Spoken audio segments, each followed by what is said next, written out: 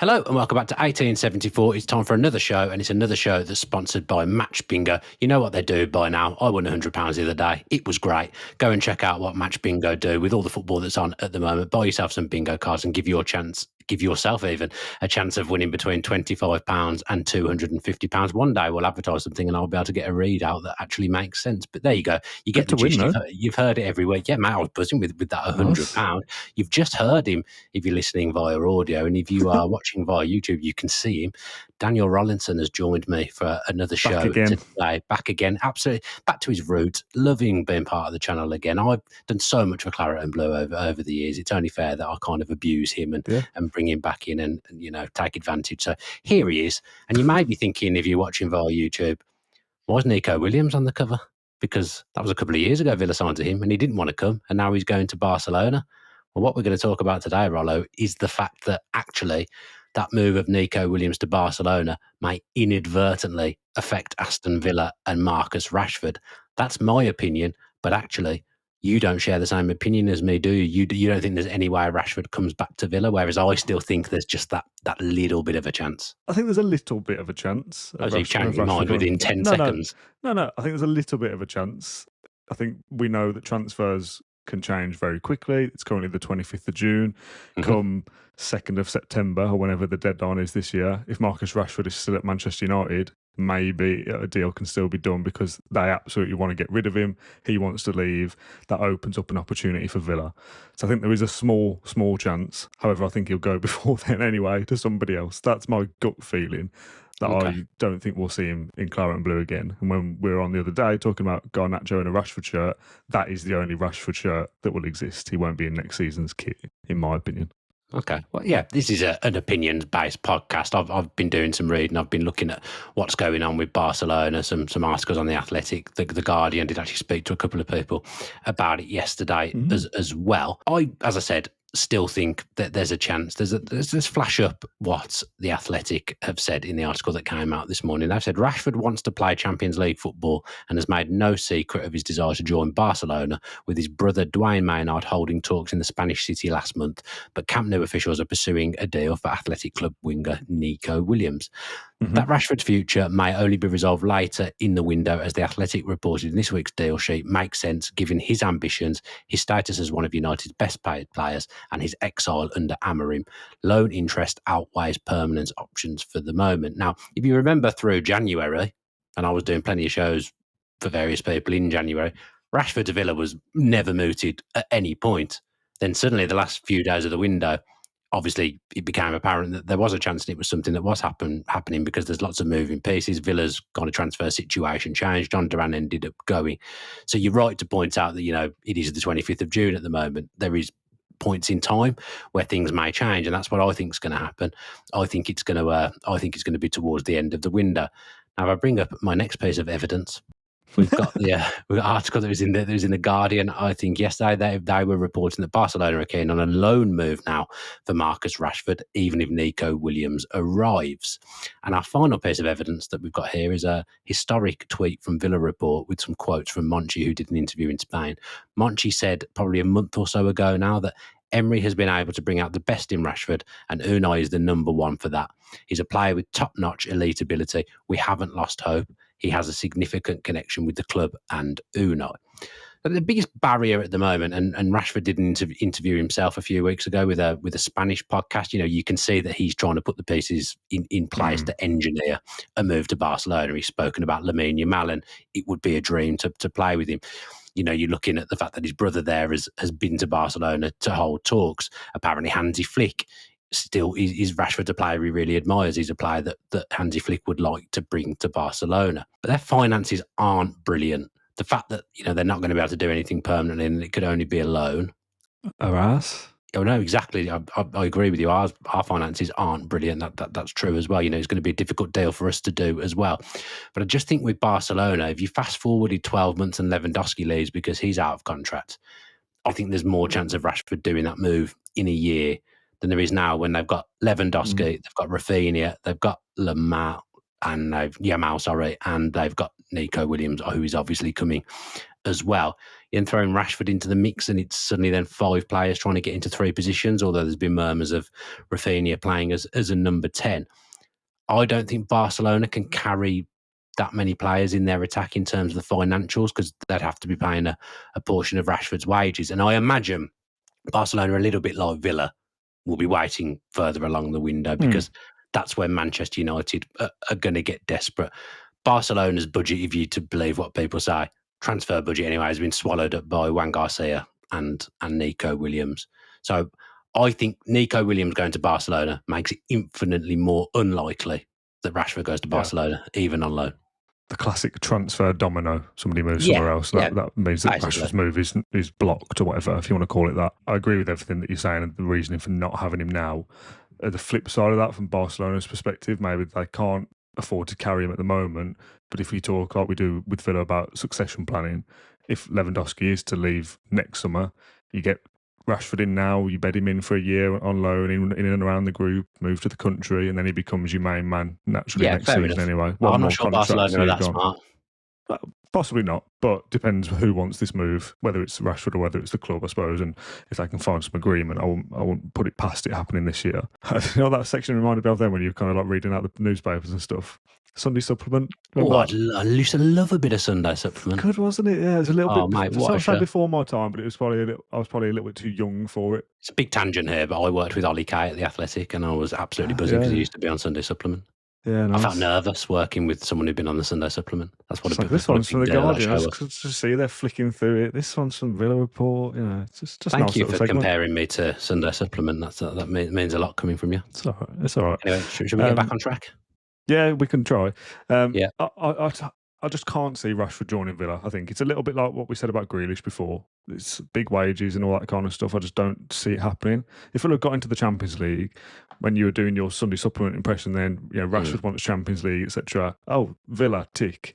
It isn't now, is it? Everything you read out felt like, well, that's not Villa. That's not Villa. It just feels like it isn't a mixture that works anymore. Europa League. I don't know. A fresh start for Rashford makes sense if Barcelona want him, or another club. There will certainly be other options, I think, especially if it's a loan. I think United will want to sell him, and that's where the stumbling blocks will be, like Grealish. I don't think they're going to. Man City will want to sell Grealish, and they won't be able to because of the wages. It will be a loan. Rashford's contract expires 2028, so even then it's sort of a fairly sizable contract, even going into next summer. So if he has a great year with somebody, you're going to get a transfer fee for him. So I think it will go to the wire in the sense that Man United will just kind of hold out hope that somebody will offer cash and it'd be 35, 40 million and they'll take that. But the club who's buying him for that then has to go and pay a massive wage that I've seen a report somewhere that wasn't in your manifest then, that Rashford doesn't want to take a wage cut or a too significant wage cut. I don't know where I saw that from. Of course not, yeah. So the club who's going to buy him are going to have to pay, what, 200 grand a week maybe? More than that, potentially. Probably more if he's on 300 plus. I would say. So who is that club? Well, I don't think the club certainly exists. Not Villa. No, but the problem is, this Rashford to Barcelona thing is being driven more by Rashford's camp than Barcelona. Yeah. If his brother, who's also his agent, is going there to engineer talks with Barcelona, we saw Philigine's agent just turn up at Barcelona this time last year, didn't we?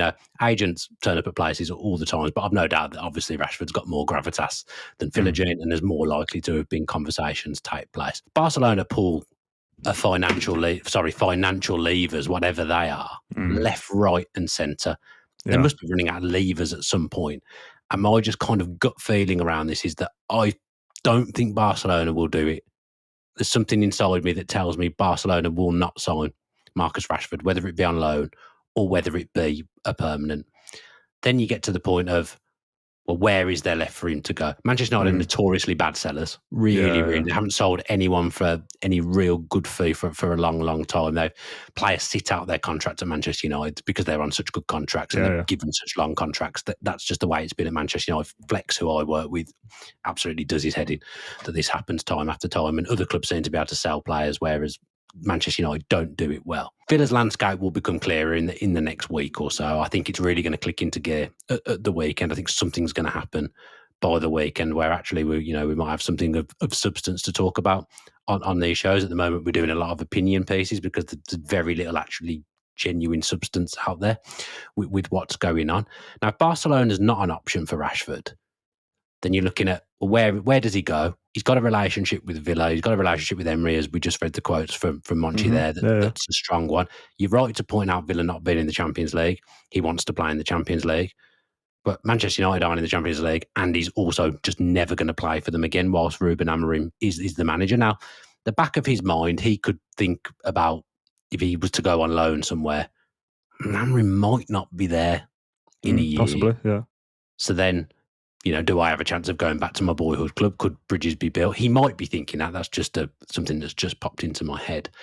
My thinking with Villa is that as the window goes on, obviously we are going to sign players. We are going to spend money. We are going to get players in permanently and on loan, and we are going to sell people. That's just a fact. These things will happen. I also think Arsenal play into this a little bit. They seem to be having trouble getting a centre forward in. Sesko and Gyökeres are the two that they've been linked with. They don't seem like concrete deals that are definitely going to happen. There's lots of complications with Gyökeres at the moment. So then, do Arsenal go back to where we were in January and think, we need a centre forward? Here's a Premier League goal scorer who's guaranteed to hit somewhere between 15 and 20 goals and chip in with a lot of assists as well, and he's an Arsenal fan. Shall we make a move for Watkins? I still think in the back of my mind that there was something about Rashford that Emery really, really liked and thought that he could get the best out of. And he did to an extent. And also there was noise about Rashford talking about feeling he can play centre forward now. In the quotes from that podcast that he did, he was talking about the fact that actually now I think I've learned to play number 9. Where's he learned that? He's learned it at Villa. So if Barcelona does become off the table, Arsenal suddenly come in for Watkins, that's when I think Rashford maybe becomes a viable option for Villa again. And that's why I just got this feeling, and I wouldn't be prepared to rule out Rashford returning to Villa. We've gone round the houses massively there. No, but those are those dominoes you talk about as of now. No, Watkins leaves on August 1st. Villa need a striker. Rashford's available. Yeah, maybe they wiggle the books to make that happen. I think there's a couple of things. From Villa's perspective or Emery's perspective, finances weren't an issue. Do you want this individual to play for your team, yes or no? I think the answer is probably yes. Yeah, absolutely. Can Villa afford to do it and all those kind of things makes it much more complicated. Does Rashford want it also is a factor as well. But I think when you said before, like, you don't think the club exists for who can either buy him or give him that wage. I think you've got like Barcelona as an option, and then we're talking about Villa. We think we're the best club in the world. But if it's not them, I think there's a lot of other clubs before he gets to us. But where were they in January? But they maybe have seen what he's done at Villa since then to think, actually, there is something there. And it's...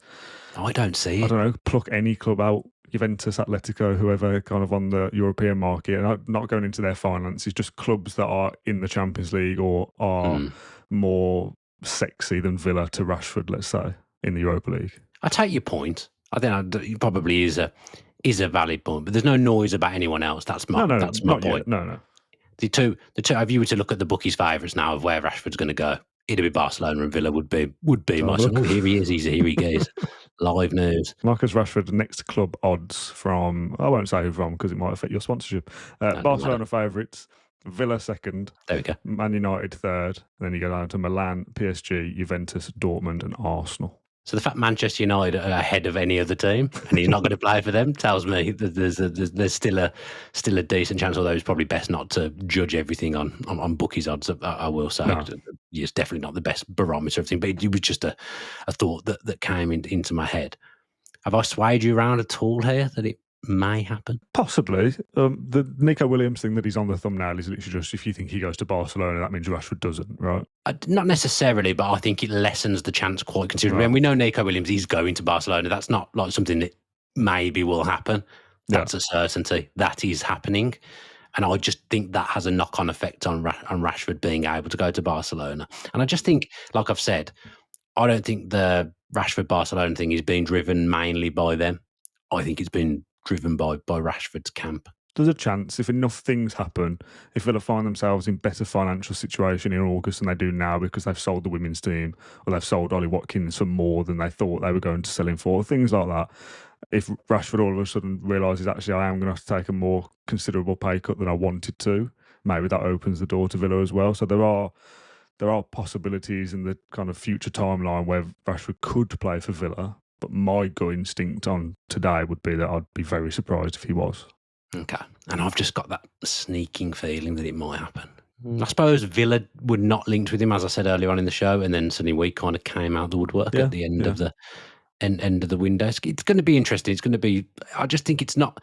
The other thing, the final thing, if Emery wants something, it happens because the club But if you're are aware hamstrung that by the he. financials, it doesn't really matter, does Yeah, it? no, I get that, but Monchi even coming out and saying anything about Rashford makes me think that they themselves still think it might be on the cards. What would be interesting is we're not going to be able to do this on the fly now because we're running out of time. Do you remember Monchi doing an interview last year in Spanish? And it'd be like, Yeah. oh, this is unusual. It'd be interesting to know what he said back then and how much of that came true or not. There's a video for you.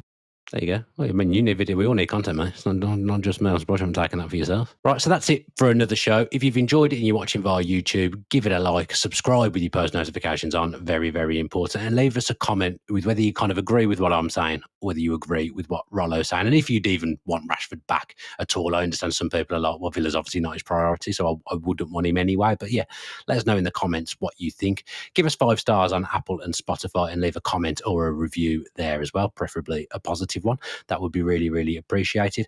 Go back and watch the content that's been out this week as well. Really, really interesting podcast with Greg came out on Tuesday about his forthcoming book. Some great tales in there. If the book's anything like the stuff that he was talking about on the podcast, it's going to be some book. So go back and listen to that.